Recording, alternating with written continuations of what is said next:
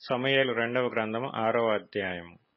తరువాత దావీదు ఇశ్రాయేలీయులలో 30,000 మంది శూరులను సమకూర్చుకొని బయలుదేరి కెరూబుల మధ్య నివసించు సైన్యములకధిపతియగు యెహోవా అను తన నామము పెట్టబడిన దేవుని మందసమును అచ్చట నుండి తీసుకొని వచ్చుటకై తన యొద్దనున్న వారందరితో కూడా బాయిలా యెహూదాలో నుండి ప్రయాణమాయెను.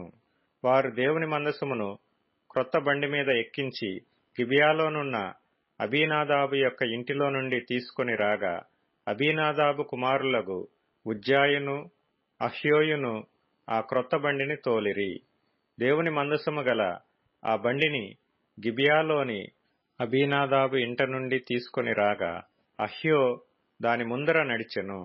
దావీదును ఇశ్రాయేలీలందరూ సరళవృక్షపు కర్రతో చేయబడిన నానా విధములైన సితారాలను, స్వరమండలములను, తంబురలను, మృదంగములను, పెద్ద తాళములను వాయించుచు యెహోవా సన్నిధిని నాట్యమాడుచుండిరి. వారు నాకోను కళ్ళము దగ్గరకు వచ్చినప్పుడు ఎడ్లకు కాలు జారినందున ఉజ్జా చేయి చాపి దేవుని మందసమును పట్టుకొనగా, యెహోవా కోపము ఉజ్జా మీద రగులుకొనెను. అతడు చేసిన తప్పును బట్టి దేవుడు ఆ క్షణమందే అతని మొత్తగా అతడు అక్కడనే దేవుని మందసమునొద్ద పడి చనిపోయెను.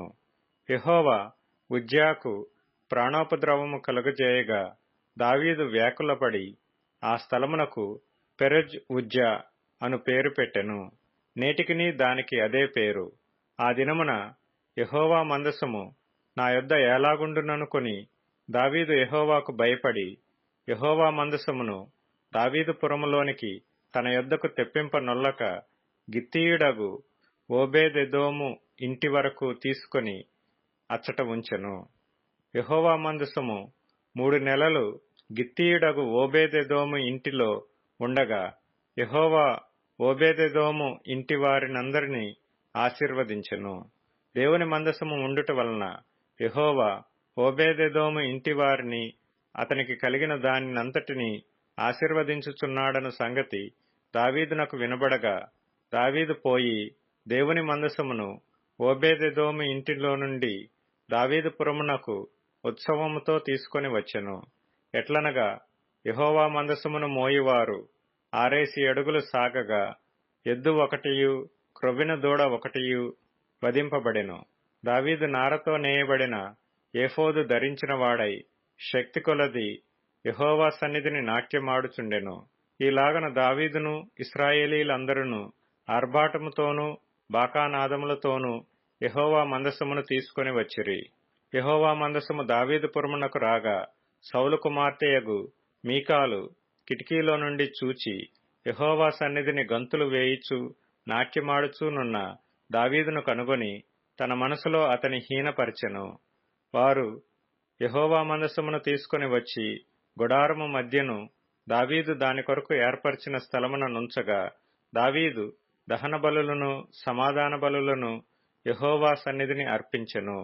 దహన బలులను సమాధాన బలులను అర్పించుట చాలించిన తరువాత సైన్యములకధిపతియగు యెహోవా నామమున దావీదు జనులను ఆశీర్వదించి సమూహముగా కూడిన ఇశ్రాయేలీలగు స్త్రీ పురుషులకందరికీ ఒక్కొక్క రొట్టెయు ఒక్కొక్క భక్ష్యమును ఒక్కొక్క ద్రాక్ష పండ్ల అడయు పంచిపెట్టిన తరువాత జనులందరూ తమ తమ ఇండ్లకు వెళ్లిపోయిరి.